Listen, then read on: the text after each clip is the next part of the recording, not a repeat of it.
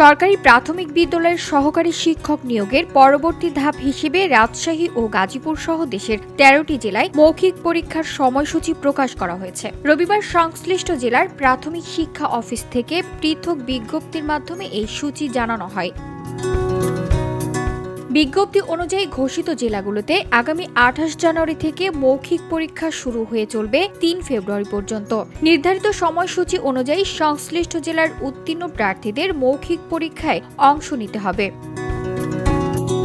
প্রাথমিক শিক্ষা অধিদপ্তর জানিয়েছে, মৌখিক পরীক্ষায় অংশগ্রহণের ক্ষেত্রে প্রার্থীদের অবশ্যই নির্ধারিত সময় ও তারিখ অনুসরণ করতে হবে। মৌখিক পরীক্ষা সংক্রান্ত যে কোনো হালনাগাদ তথ্য সংশ্লিষ্ট জেলা প্রাথমিক শিক্ষা অফিসের অধিদপ্তর ওয়েবসাইট ও নোটিশ বোর্ডের মাধ্যমে জানানো হবে।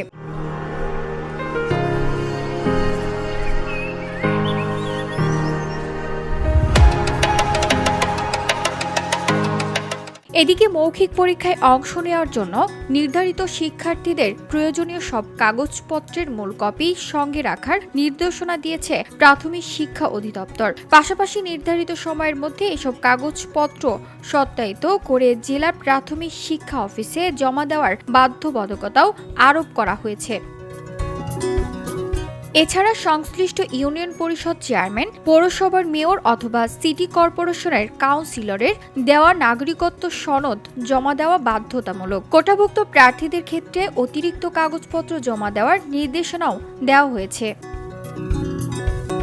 এছাড়া শিক্ষাগত যোগ্যতার সনদ সহ প্রয়োজনীয় সব কাগজপত্র ন্যূনতম নবম গ্রেডের গ্যাজেটেড কর্মকর্তা কর্তৃক সত্যায়িত করে আগামী ২৭ জানুয়ারি ২০২৬ তারিখের মধ্যে স্ব জেলায় প্রাথমিক শিক্ষা অফিসে জমা দিতে হবে। কাগজপত্র জমা দেওয়ার সময় প্রার্থীদের অবশ্যই প্রাপ্তি স্বীকারপত্র সংগ্রহ করতে হবে।